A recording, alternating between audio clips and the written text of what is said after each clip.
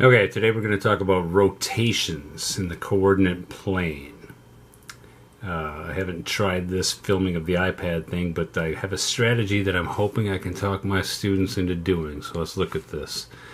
I look at this, I got ABC, triangle ABC, and I want to rotate it so that it becomes triangle A prime, B prime, C prime.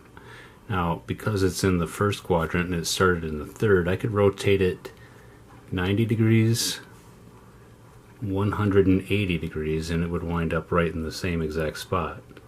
Now I would decide exactly where those coordinates are, write those down, and I would have exactly where the coordinates, or the new coordinates would be, the primes of the A, B, and C, after the translation of a 180 degree rotation. Let's try that on a couple problems.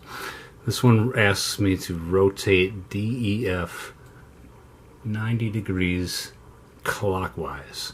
So in the same direction as the clock, I'm just going to take my iPod, I'm going to have it on lock screen, turn it 90 degrees, decide where each one of those new coordinates are in the second quadrant, and I'll have my exact right answer.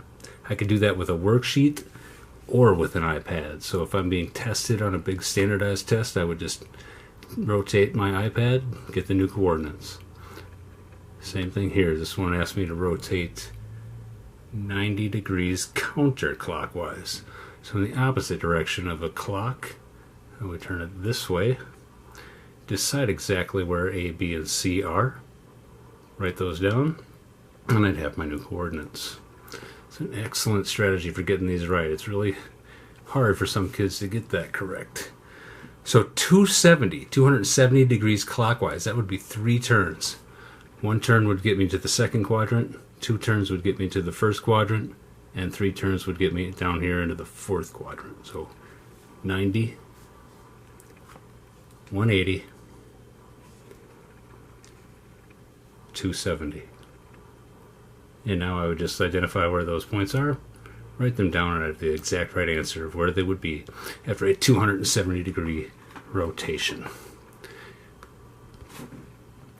270 counterclockwise, 270 degrees counterclockwise for this particular one.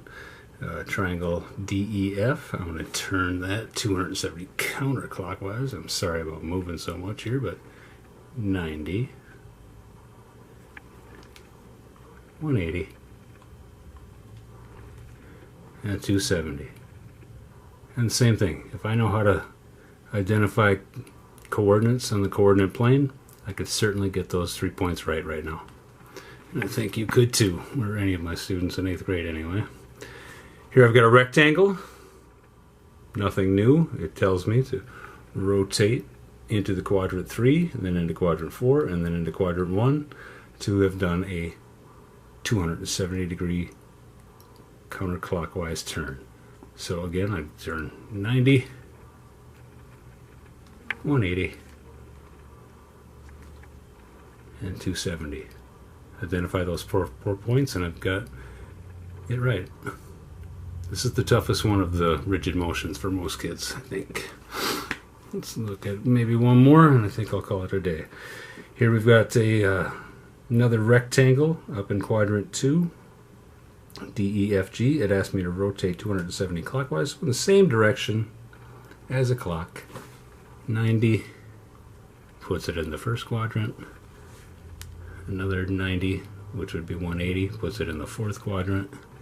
And then my full 270 degrees that I was being asked to. And I'm down in the third quadrant. I could identify where where D, E, F, and G are. Write those down. And I would be done. Thank you. Appreciate your attention.